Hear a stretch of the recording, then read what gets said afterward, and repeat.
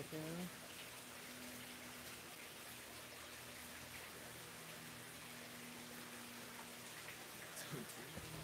Rotate it back.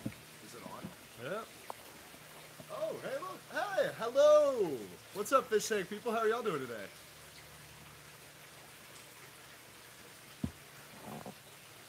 How is everybody doing today?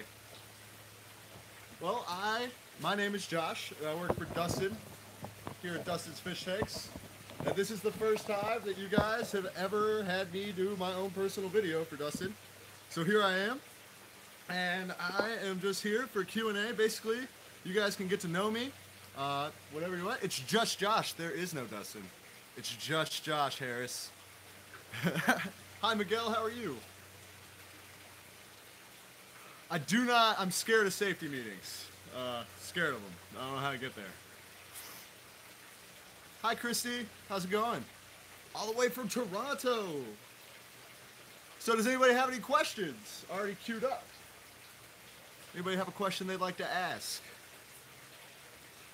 Oh, how's it going, Nick? How are you doing? I actually just put your package in a box, and it's on its way to you now.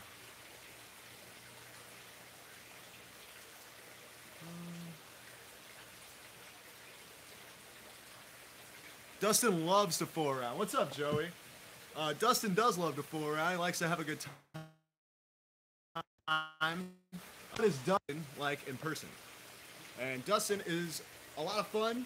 He's a lot of intensity, and he is very goal-oriented. He does a very good job at staying on task and keeping us in the right direction. I feel really good about moving out of this place. I mean, honestly, we don't have a lot of space in here in terms of what I'd like to be doing. We have plenty of space for what we are doing, but I really like to have more to be able to actually pull in some cooler plants and be able to, you know, really make them look right for you. Especially with the swords that I've been getting out of Asia, I'd really love to bring those in to a big vat and just be able to grow those for real. I mean, so I'm super excited about the move because that means I have more space to put things in. That means I have more space to try new things in. So I can't be any more excited about getting into a bigger space.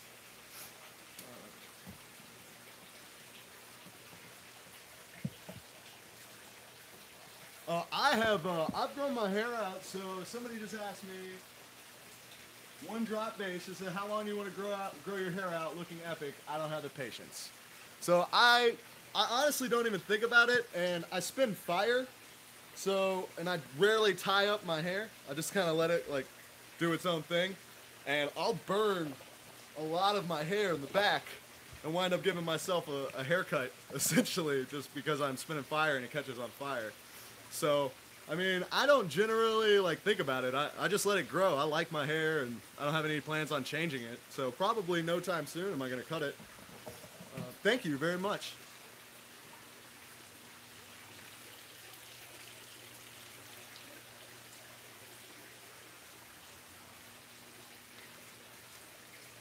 I'm just trying to figure out what you guys are saying.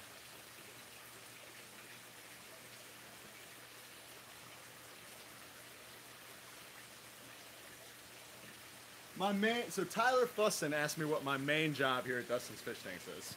And my main job at Dustinsfishtanks is making sure that everybody that orders from us is satisfied and happy.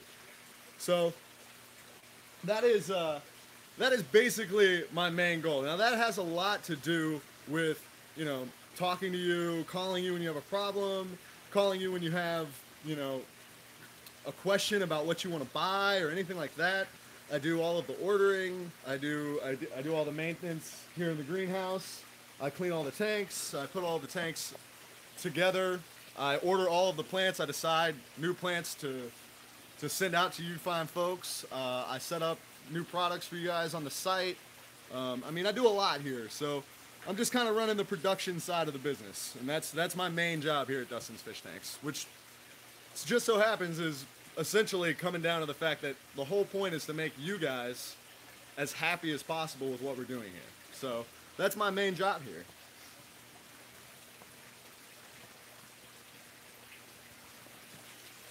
My favorite, so Logan Lorcaradai. Logan Lorcare guy asked me what my favorite plant to work with is. And my favorite plant to work with is a sword. And I'll tell you why. Before I understood what the difference between above ground growth or above water growth and underwater growth, so the difference between an immersed plant, right, and a submerged plant, which is what I'm holding. So this plant is completely submerged. Every leaf on here is underwater growth. It's got new growth budding out right here. There you go. Got new growth right there. And basically the reason this is my favorite plant to work with is because when I first started, I didn't really understand that this change was happening. So when I didn't understand that this change was happening, I was like, huh, what's going on? And then I started messing around with these swords, and I realized that the growth that was coming out of this one sword was completely different than how it had shown up. And it just made me fall in love with the plant originally. And then I started realizing how many different varieties there are, and just like how cool they are to grow out and see change.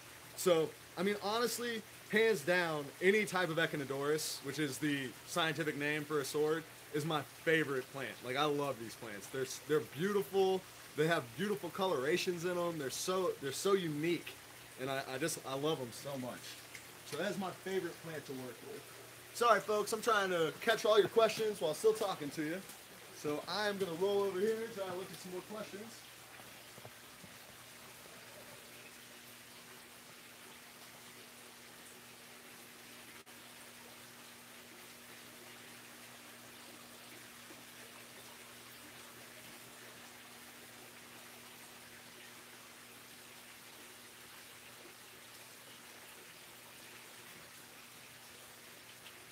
Oh yeah, so Angela Miller asked if that CO2 diffuses in the water. The do-it-yourself CO2 that diffuses into the water that we did a video, me and Dustin did a bit together where he was teaching me how to make it. So it does a really good job of actually diffusing in the water. I actually really enjoyed a lot of the growth that I got out of it. We had it rolling in this tank right here for a couple days, and I watched a lot of these plants kind of change.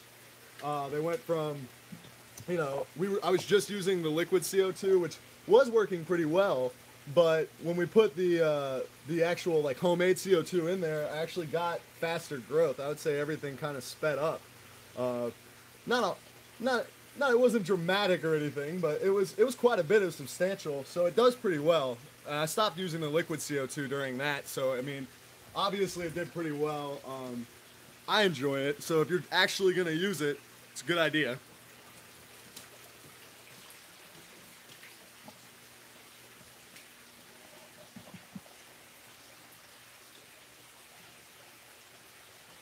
So Merry Korean Shrek just asked me when I'm going to spin fire for you guys, and I'll go ahead and let you know that I will spin fire for you anytime. I'm actually not with, turn the camera.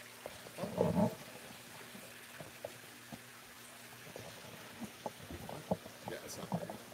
So, I actually don't have fire pour right now. I'm actually without my, you got it? Sorry, folks. I wish I had like we are experiencing this.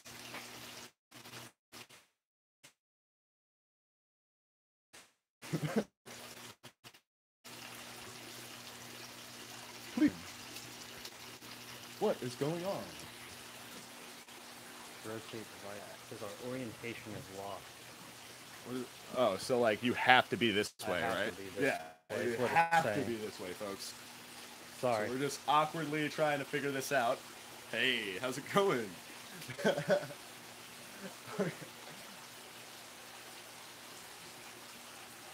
Sorry, folks. I know I'm moving slow. I'm just trying to figure it all out. So the best plant that you can use. So Nick Marmandis just asked me what the best plant that I could use to carpet with is, and there's a couple good plants that you can carpet with.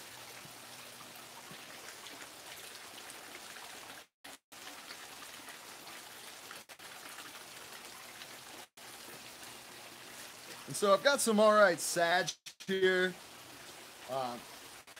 It's a little guy. And This sage is really nice to carpet with. I mean, you get about an inch or two growth. Overall, it's about as big as it gets, and it propagates itself. It shoots out little shoots out the side, and you'll get brand new ones all over your tank. So it does a pretty good job of taking over the space. I like this mainly because it doesn't grow too tall, and it's easy to maintain and trim. So even if it does get kind of out of hand, you can easily trim it back, and it does really well. It's also extremely easy, which is why I think it makes the best foreground plant, in all honesty, just because it's super easy to keep.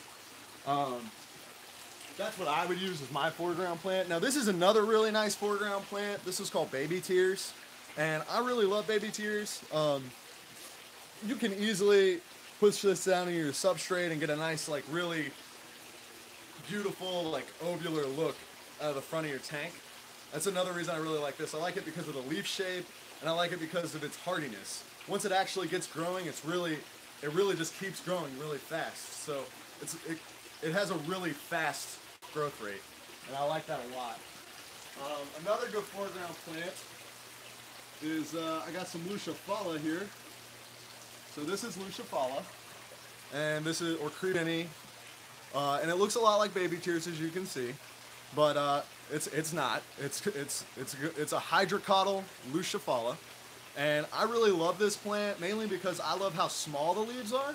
So with the Baby Tears, the leaves are a lot bigger, and this has a much smaller look to it, and I've really enjoyed that because I've watched it grow in this tank. We get an import in, and this came in on the Asian import, and it grew so well. It grew out to be like really beautiful. Like some of them got really long, and I kept expecting these leaves to get bigger or wider, but they actually just stayed the same. So I really enjoy that it's not quite as large as the Baby Tears. I feel like it gives it a much neater look. So those are definitely my 3 favorite foreground plants that we carry.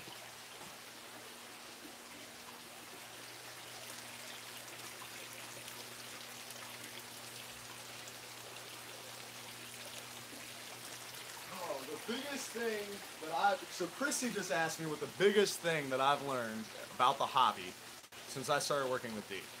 And the biggest thing that I've learned about the hobby is that it's really hard to get a fully underwater plant.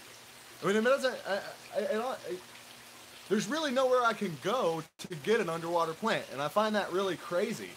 And so to me, learning that, you know, a lot of the aquarium plants out there that everybody gets are actually grown above water just kind of blew my mind. Like, that's the craziest thing that I've really learned about the hobby.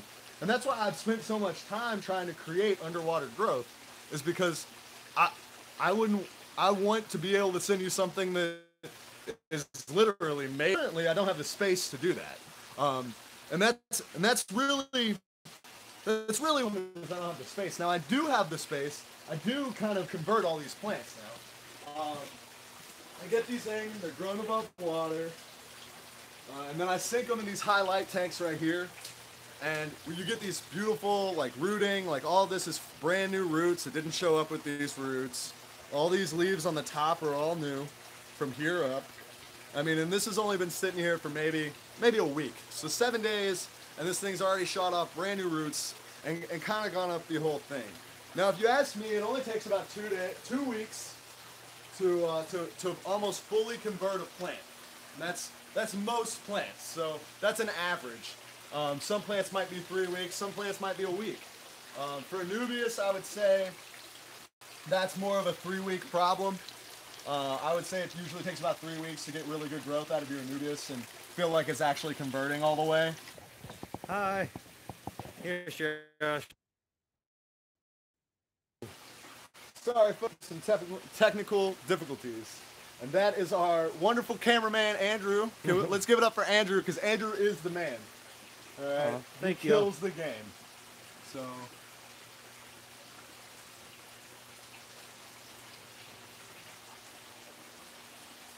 Thank you, Melissa.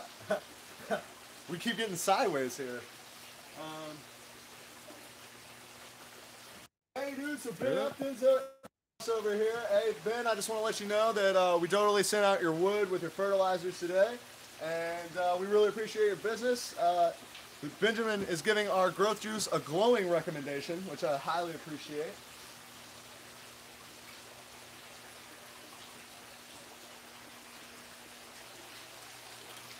Sorry, folks. Slow reader, I guess. So, white fungus. Ben Brown asked about white fungus on the roots. I don't know a lot about it. The few times that I've experienced people having problems with that, and I asked Dustin about it, he told me it was diatoms, but I'm not really sure what diatoms are, and I don't really know a whole lot about it. But that's what I've been told, and that's the best answer I can probably give you about that. So how to propagate a red tiger lotus. So how to propagate a red tiger lotus. I'm not actually 100% sure how the bulbs come out of that. I know I can tell you how they grow out of the bulb, and I can tell you about the bulb itself, and I can tell you about, you know, if it's floating, that doesn't necessarily. So I read a lot of stuff online that said that if the bulb is floating, then it's done and it won't work. Well, that's not necessarily true. I've had plenty of bulbs float on top of my water that have wound up sprouting. So that's not necessarily true. In terms of how to get the bulb to sprout, it kind of just does it on its own time. I've thrown them in every single tank in the greenhouse, which means that's different light, that's different temperatures, that's different everything, right? And I put them in every single tank, and I've had huge ones grow in every tank. So in terms of like when it's going to do its thing, it really comes down to the bulb. I mean, I've had ones grow out that are stuffed under other ones, and I've had others that grow, you know, right on top of them. So I mean, it really doesn't matter where you put them. And there's really no way to like for me to tell you that there's like a specific environment to put them in, because I've seen them grow in every environment. So it really just comes down to the bulb itself. Now in terms of actually producing bulbs, I'm not certain.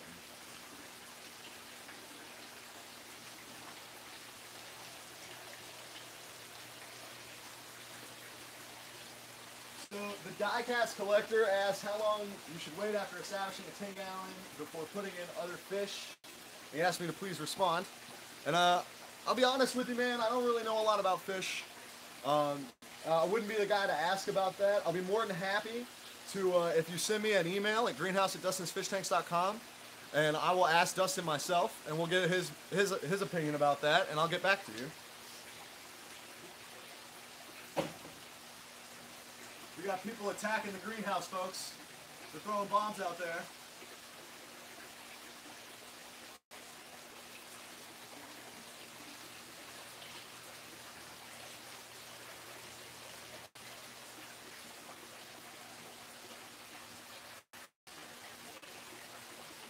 So, Savvy Girl 12 said, any secrets as to finding any plants above ground to convert into submerged? And I'm curious what you mean by that, Savvy. I'm not 100% certain what you mean by that. I hate this scroll bar. I hate it so much. If you use two fingers, it automatically scrolls the main page, but it doesn't actually scroll the chat window. Oh, so Savvy Girl, you're saying I want to plant with flowers underwater. Do any aquatic plants do that? So, yes. Yes, they do. There are plenty of aquatic plants that will produce a flower underwater, from what I understand. And I have not seen it myself. I've seen Kabamba do it, but that's about it. And from what I understand, it's like the perfect conditions. Like if you had found like its perfect environment and you could maintain it for a long period of time, then you could produce a flower from it. It'll also have to be like a much older plant as well, from what I understand. But I have not personally successfully done that myself, so I cannot tell you that for certain.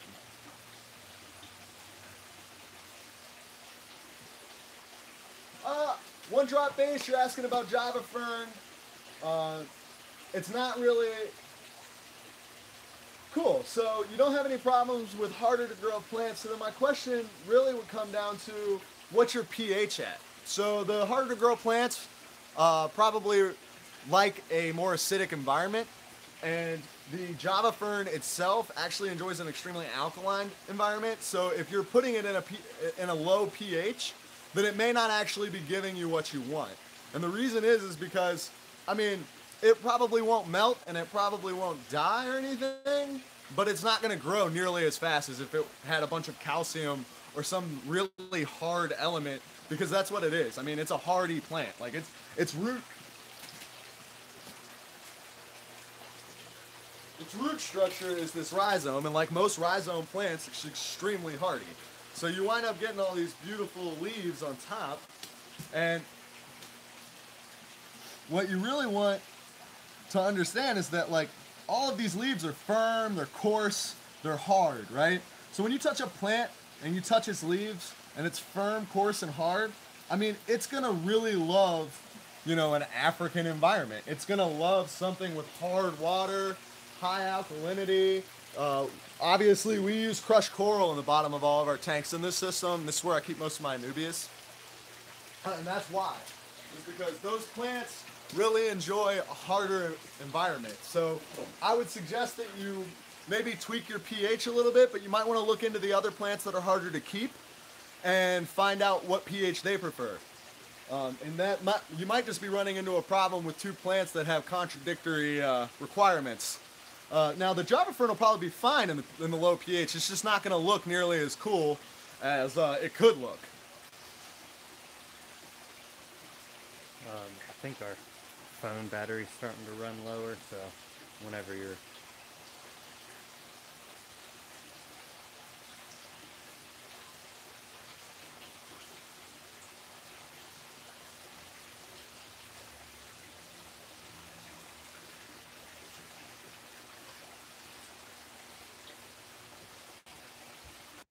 Hey Benjamin, I already added a guide for you in your new order, but I'll send you the email as well.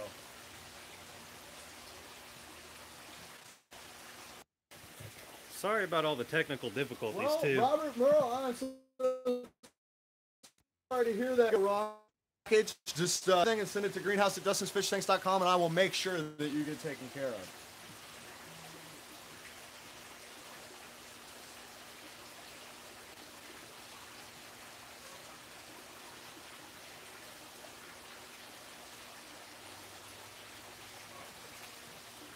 Well, folks, do you have any more questions? I'm still answering them. Anything that you want to talk about, I'm down. You've just got to ask. Our phone battery will probably last a couple minutes. Okay. Good. Any snails lately? We've got some more snails coming in next week. And I will make sure that I do I'll do a Facebook post, and I'll take really good pictures of them for you so that you can see them when they come in.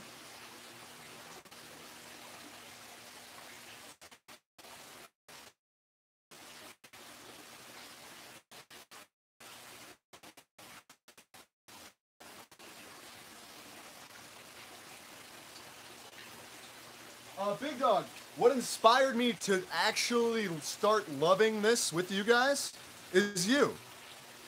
All of you people are why I do this. If you weren't buying from Dustin originally, then I would have never found him or someone to do what I am doing right now. And if I hadn't have found him, I would have never found my own love for aquarium plants. I mean, I love this. This is so much fun. Like, I get to watch things change. It's so beautiful. Like you get something in and you think it looks cool, and then you realize that there's something. It's like you change a plant from a normal plant and it turns into a god underwater, and it's just one of the most amazing experiences, right? And without you guys being as passionate about this as you are, and making and buying plants from us and keeping our business going and giving me, you know, this job, I wouldn't have this job. I wouldn't have this passion. I wouldn't understand anything about these plants. And so it's you all. That's where my passion comes from. That's where I became passionate.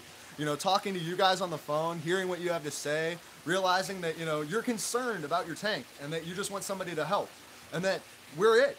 You know, I mean, there's only so many lines of defense, and sometimes you've got to use people who have a more in-depth understanding due to what they're experiencing. And, you know, it's all of that has made me so passionate about it, has made me so crazy about it. So thank you, because that's why I'm passionate about this.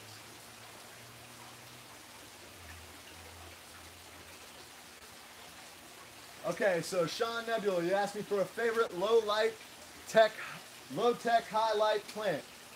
I will show you. Actually, I'll really show.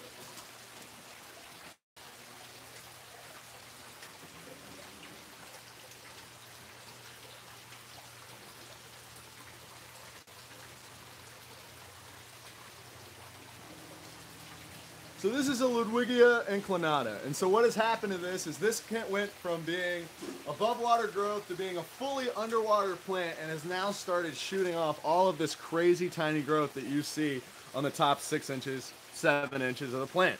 So basically right here, this plant requires high light like most Ludwigia, and I'll just go ahead and let you know that most Ludwigia don't really require a lot of CO2. They require a lot of light though. Even the Ludwigia repens. I mean, it's a way easier plant than the inclinata, but it really comes down to lighting.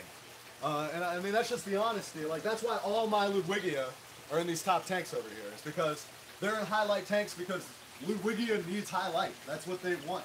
It's a very light demanding plant. Now, what he's showing you over here is all Wisteria and Rotala.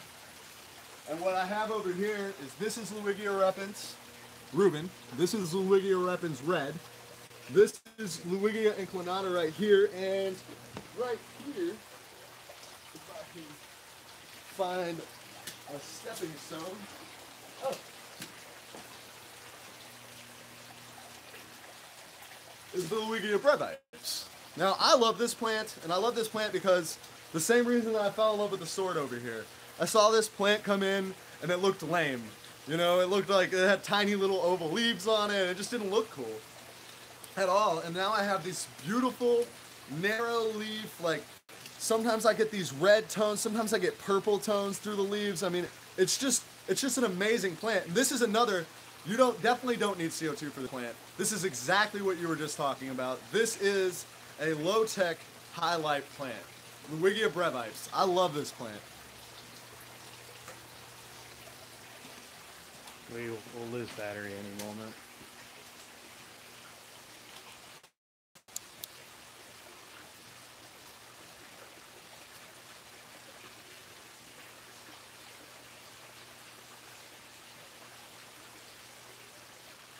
Melissa, you asked how many tanks I have at home. The very first actual video that I'm gonna release that is not live stream is gonna be me setting up my first fish tank.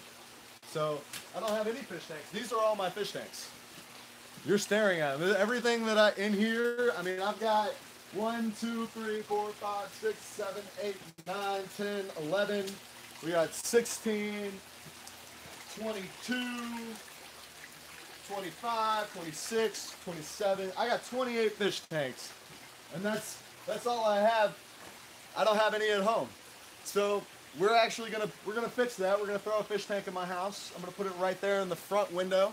Because why would I not? I love the sun.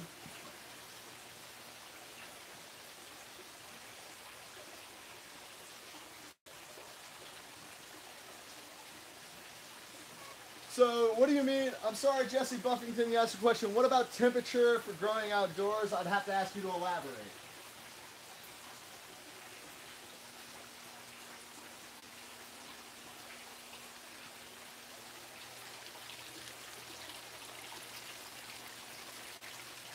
So, Striped Base asks, how do I grow water onions at the bulb-like stage?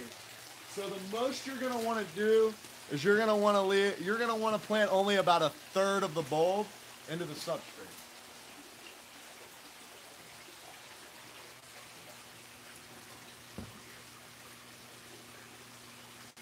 Of course, Penny. Penny, we will definitely be doing that. Yeah, let's go ahead and give a shout out. I mean, for real. Happy birthday, Dustin. Like, congratulations on making it another year. And honestly, I mean, this is the second birthday I've experienced with you, which is kind of crazy to me. It kind of blows my mind that we've been doing this for, long enough for me to experience 2 birthdays with you. So that's just awesome.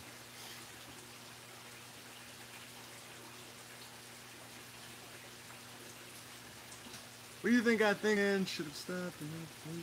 Oh, my goodness. Polly Pocket Collector. You just got a shout out. That was it.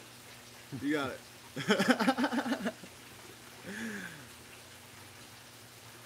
Oh, I'm looking, guys, for questions. I'm trying to help out. Famous Jones, you said, what plants do I recommend for a 15-gallon tank? I recommend, it really depends on what you're going for. I mean, I guess you're going to want a bigger plant for the background. A 15-gallon isn't going to be very big at all. I would say that I would run probably 3 different types of stem plants. I'd probably run 3 different types of stem plants in it. These Bacopa Yellow Flame over here are awesome. So what's cool about this plant is it comes in like this, which all of this is going to melt back, and you can actually already see that this is the new underwater growth, and this is the old above water growth. And that only took about 4 or 5 days. But at the top, you'll also start noticing that it's starting to red out on the leaf. And I think that's so cool, because what actually winds up happening is you still get this kind of green tint to an actual red leaf, which I just think is awesome. And I love this plant. And then I've got this Ludwigia, which would be awesome in your tank. So I think Ludwigia, Bacopa, and probably a Wisteria would be a really interesting look. And then I would probably throw in some dwarf sage for the foreground. And you could even do a curtain in the back with ferns if you wanted to. It's really all up to you. But I would say that I'd probably roll some stem plants myself. And that's just because I think that it creates a very cool, like, jungle, colorful look. And those 3 plants specifically are super beautiful. So definitely worth your time.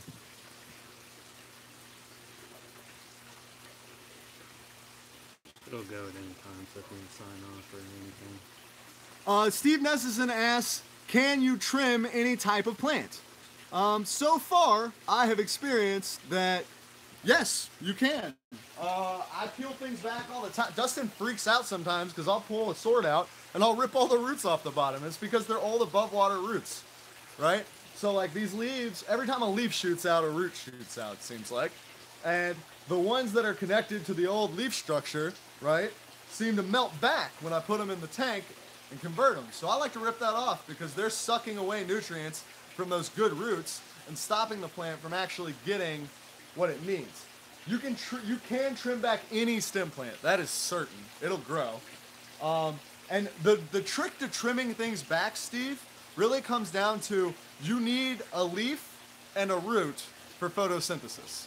For everything to happen the way you need it to, you need a leaf for photosynthesis, because the photosynthesis is going to kick back down to the bottom and shoot out a root.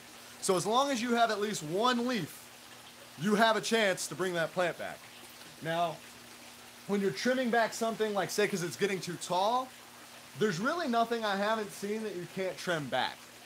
If you remove a leaf from a plant, it's not going to die unless it's its only leaf.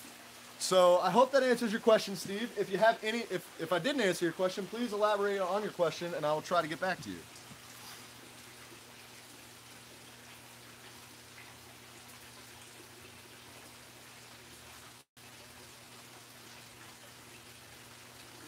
Hey Sean, shoot me an email to greenhouse@dustinsfishtanks.com. Sean Casey, just hit me up, man. We'll see if we can't work something out for you, brother. So what's cool is, Savvy Girl, yes it does. So when you trim back the plant, it's almost like a hydra head, like Hercules fought the Hydra. And so you every time you cut off one leaf, it usually grows like a whole new shoot right out of that one spot. And definitely kind of what you're talking about, it's bushing out more than you do.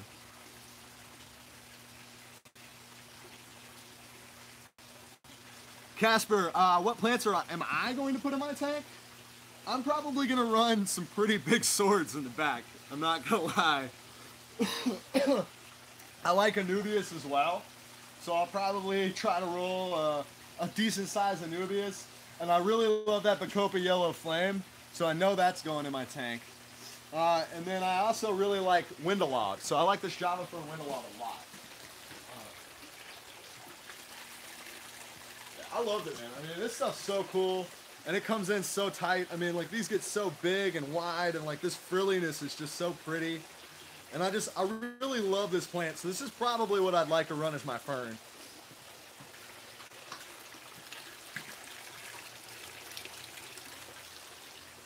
But to answer your question, to be more specific, it's definitely going to be a lot of swords, because I love swords. I'm probably just going to try to propagate swords in my tank, to be honest. Who knows?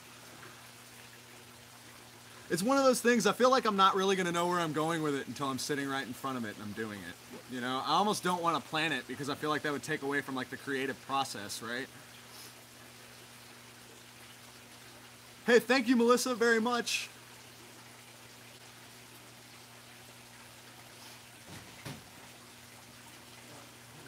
Bourbon or horses, Derby or Bourbon Trail. So I would have to say that if I was going to pick a bourbon on the planet that I really love, like hands down, I would have to say it's Weller 12 Year. It's amazing bourbon. And what's funny is like actually that's why you can't find it anymore, is because they took Weller 12 Year and it's the exact same 51% corn mash as Pappy Van Winkle. So the exact same recipe they used to make the 12-year Pappy is the exact same recipe they used to make the 12-year Weller. So it's actually the exact same thing. I love it. It's delicious, and it's definitely a lot cheaper than buying Pappy Van Winkle 12, but good luck finding it. Savvy Girl, I don't know. I really like guppies. They're really colorful and pretty. But Dustin also made me love swordtails too, so I'm not really certain what type of fish I want. The next Just Josh Logan is going to be me setting up my tank, I'm pretty sure. What could you recommend for a 3-foot tank with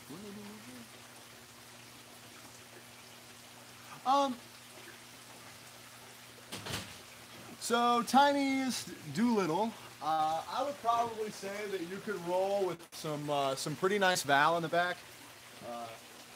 So you got a 3-foot tank. I don't really know what the dimension is on the front of the face, but if it is pretty solid, running this giant jungle val in the back, or as we call this is American jungle val. So that is what it is. And what you can do with this is pretty much, you know, you're gonna get about. It's a lot thicker, the leaves are going to be a lot thicker, and it's probably going to get about a foot taller. So it's going to make a great curtain in the back, and it's also going to grow just like jungle val. So it's going to shoot off shoots all the way out the back and stuff and fill in really nice. I would suggest that as your background if you have the front end to check it out. And in terms of, you know, things that I love, I mean, I've got plenty of plants here, but I would say, you know, running some Bacopa monera in there probably wouldn't be a bad idea because it's super easy to keep plant, and I love it. So is that American val. Any Anubias is going to be pretty easy to keep. I would also say that, you know, rolling with Dwarf Sag might be a good idea, but it seems like you got a T5, so I mean, you got good lighting. You could probably keep some, like, baby tears yourself without running CO2, or, you know, even some Lucia Fala or something like that. So, I mean, I would say that Lucia Fala or baby tears would definitely be something you could run as your foreground in that tank. And even throwing in like a Crinum or something in there would look really tight. These Crinum Tyanum get super huge. They get really like nice thin leaves, and they're super flat. And, you know, going back to the whole bulb idea, you only want to plant this about a third of the way into the substrate. You definitely don't want to plant the whole bulb down in there. I also really like hydros, so check this out. This actually is a plant that I'm not certain needs CO2, though I was told it does. I haven't used CO2 on it a whole bunch, and it's still been growing pretty well in my tank over here. So I've got this guy, and this is called Hydro Blue. I made a Facebook post last week about it, and I would say that with a T5, you probably don't have the lighting that you were looking for to blast it out. But if you upgraded your lighting just a little bit, I'd say you'd be able to keep something like this. Now, if you're not trying to keep this, I also sell something that is called Hygrophila Compact, and that's an amazing plant. I love Hydro Compact. Let's see if I can't find some. I think it's really cool. It's one of those plants I expected to be really hard to keep, and I didn't actually expect it to go very well. And then it wound up like budding everywhere. Like I sold a whole bunch. I brought in like 25 of them or 24 of them, and they all sold, I guess. And they had all grown out really well. They're actually a really easy to keep plant, and then you also get a really nice like red and green coloration shooting out of the bottom. It's very frilly and like it looks very beautiful.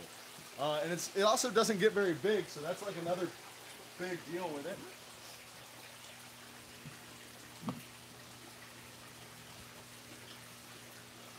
Ella, you could trim it, and what I would suggest is I would just take like maybe 3 inches off the top or 2 inches off the top, depending on how big it is. If it's like a foot tall, just take a couple of inches off. If it's over a foot tall, take about 3 off. And you'll definitely see it start to branch out. You can even go down the bottom, and if you have other shoots shooting out and you trim those back, it'll actually cause it to shoot 2 new shoots out of it. So you can try that way as well. That'll definitely help you broaden it out and make it bushier. Now you're definitely going to want to cut off some of the leaves on the bottom if you're trying to get the bottom to bush out. But if you're just trying to get the top to bush out, you could do it the way where I was saying, which you only take about 2 or 3 inches off the top.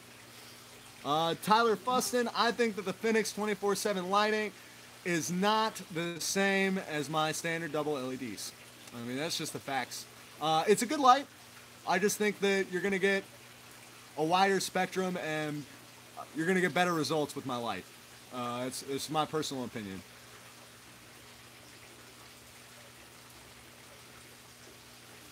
Ross Keegan, I'm sorry, man. I don't really know a lot about fish, or I'd love to answer your question about cichlids, but I'm just not the guy.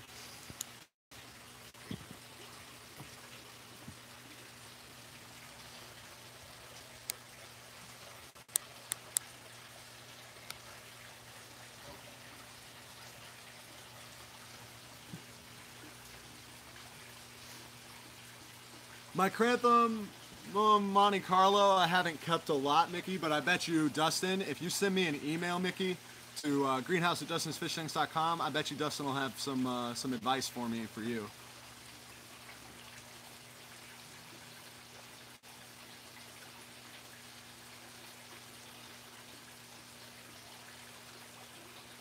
Oh, where do you buy our light at, Tyler Fussin? You can go to dustinsfishtanks.com and type in standard double, and it'll come up with a standard double LED. And we have multiple different types of happy birthday to Dustin again from Steve Nessison. So you can go onto our site and you can find the standard double LED, and it'll have multiple sizes, which you can then size for your tank. And of course the price is going to change depending on the size of the light. Or you can hit me up at greenhouse@dustinsfishtanks.com with your number, and I'll give you a call and we'll talk about it. No. Everyday fish keeper, does dwarf sage need CO2? No, it needs iron, and I think that's the reality of it. It definitely enjoys potassium and iron. Both of those elements are really good at creating a solid, nice, pretty color to your plant. Now, basically, if you're getting yellowing out of a plant, that's something I learned about my Aqua as well, is that if this starts to yellow and it doesn't come out as green, what you need more iron.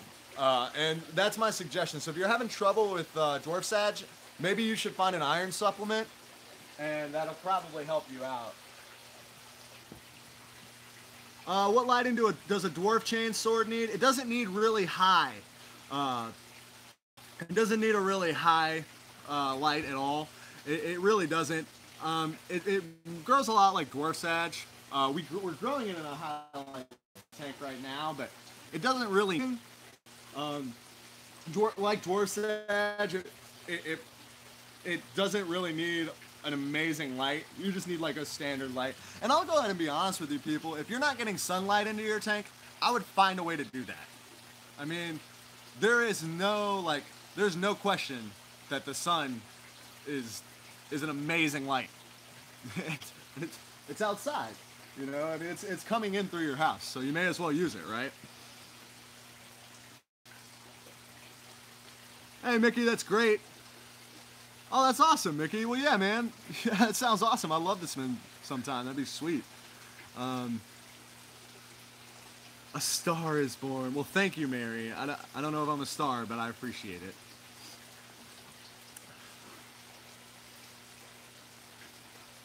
Yeah, Benjamin, I would suggest that if you were gonna buy a lot of plants from us consistently to fill your tanks, you should definitely become a member. You're gonna get a better discount. We will always help you if your fish has, health problems or something like that. We'll always do our best to work with you to help you. So, I mean, it's definitely worth the money. If you're gonna buy a lot of plants from us, it's definitely gonna save you money in the long run. So it's definitely a good decision. Growing algae. Yeah, I got a great idea for growing algae. You just blast it with as much light as possible, and you can grow as much algae as you want.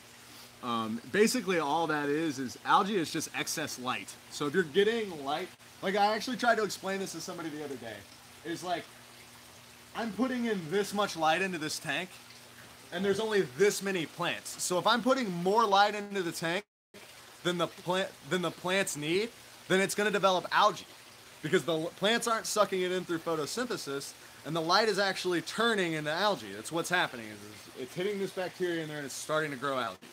So excess light is definitely a good way to grow algae. Tiniest Doolittle, I do not ship to the UK. I am so sorry.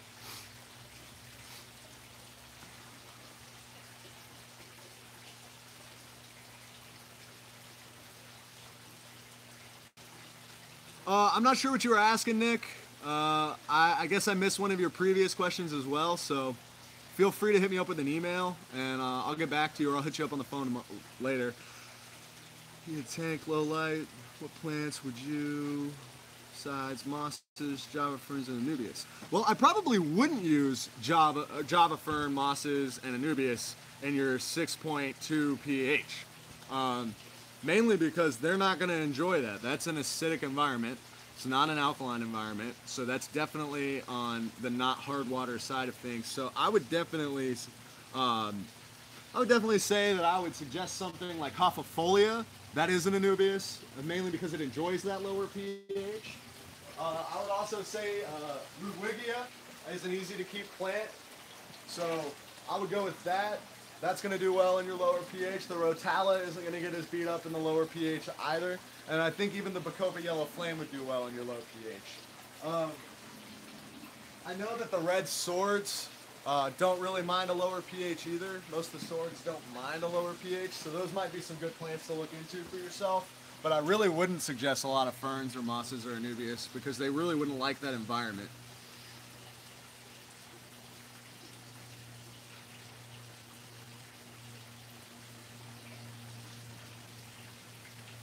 No particle. I just read your question. No particles. You do not want styrofoam in your dirt. Styrofoam's the worst. It's the worst. Yeah, Crinum are back next week, folks.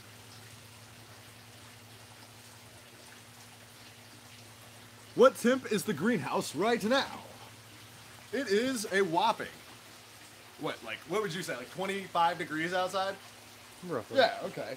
I'm at 60, so I got like a 32 degree difference, which, you watched this, you heard about us putting on the condom earlier yesterday. So, that's actually how we keep this place heated in the winter, is we put this condom on top of it, and it insulates the humidity and the heat in here. And it actually creates this environment that you're in. It actually adds, I think, about a 10 to 15 degree difference into the greenhouse. So, I mean, it's definitely worth it.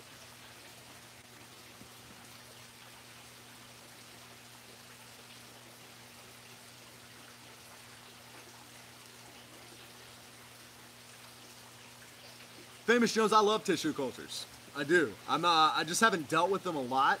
The flamingo crypts that we usually carry and the flame moss that we usually have in our tissue cultures are amazing. I've never heard anything bad about them, and I've always had great success with them. So I definitely, I know that they have a lot of potential, but I haven't really got to mess around with them too much. Now I've got a few tissue cultures growing in here, and I like how they grow. They actually do a pretty good job. You don't really lose a lot of, pop off of it, it seems like. We've planted some tissue cultures and had some pretty fast success with it. So I actually really like them. I think it's worth your money.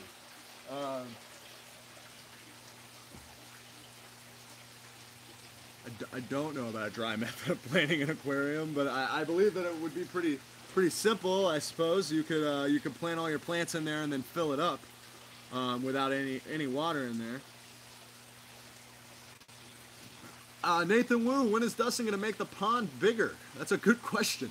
I would love to make a big pond at the new greenhouse and kind of design it ourselves. I think it'd be really cool. Do you guys ever party in the greenhouse? I mean, I party with plants and we frolic together out here in the sun, and that's about it. There's not too much partying going on. Fast-growing, bushy background plant for the 125, no CO2. So, bushy is a good word, but it's also a confusing word. I'm not really sure what you mean by that. So I would say something in terms of like what's gonna be wide and pretty in the back is gonna be something like a crinum or a sword, but it's not gonna be very bushy. Now you could always take a stem plant and run it in your back, you know, as a curtain, the same way you do the valve, because obviously, as we talked about earlier, you've got to trim it back. It grows too tall, apparently. So you could actually run that in the back that way if you really wanted to. And you could create that bushiness yourself with the way that we talked about earlier. But I'm not 100%, certain what you mean by bushiness. Now, if you really want a crazy bushy background plant, hornwort is definitely one of those plants that you can plant into your substrate in the background. And as you can see, it's extremely bushy. This plant also survives everything. I mean, it can be completely bare and grow back new leaves. And so it's definitely a great plant, but be warned, if you buy hornwort and you plant it, it's gonna lose all of its leaves wherever it starts to develop a root structure. And that's just, there's nothing you can do about it. That's how most floating plants are. They're gonna lose about 2 to 3 inches of leaves from wherever it starts its root structure. And it's an extremely easy plant to keep.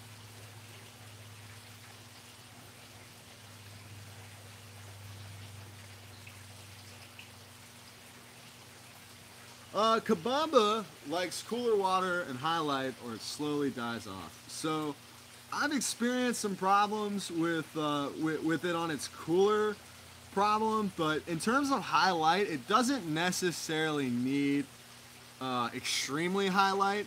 I would say that it's more of a moderate light, and I would say it's more of a moderate temperature, because you really don't want to let your tank drop below like this, like 67 or something like that. Like, I need to up that.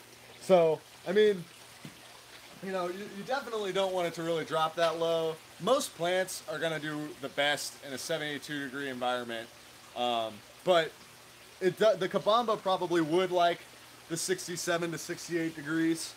And, you know, there are certain Anubias that, I mean, you know, certain plants that small, little, tiny, temperature change.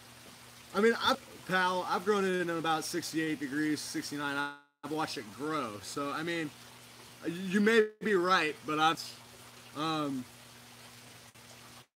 so, I mean, I'm not really, I mean, Pal seems to know what's going on, but that's been my experience. So I've actually found that about 68, 69 degrees has worked out pretty well for me with my Kabamba. I definitely don't let it get up into the higher end for sure, unless it's Anubias. So, pristine conditions for CO2 first. Hey, pal, I believe that you know what you're talking about. Yeah, I mean, I wouldn't argue with you.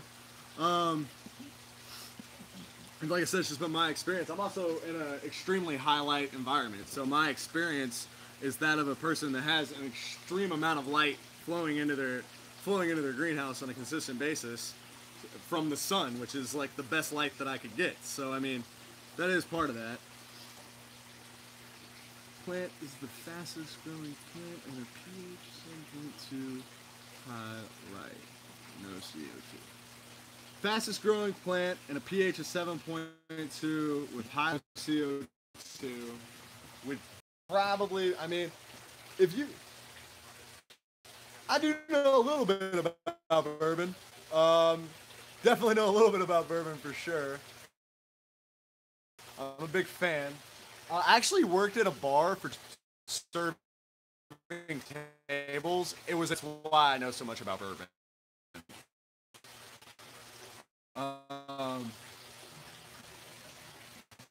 Which is funny.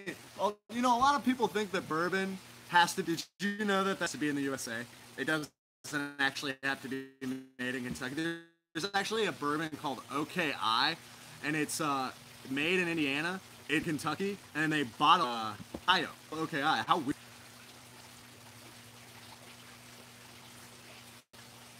I'm working on it, Trizzy. I'm working on it the best I can, man. I'm trying to come up with something that won't melt with the water to do that. So,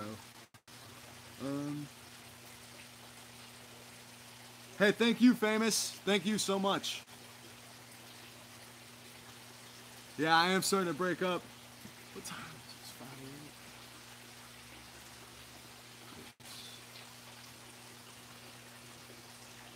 it? It's 5:08.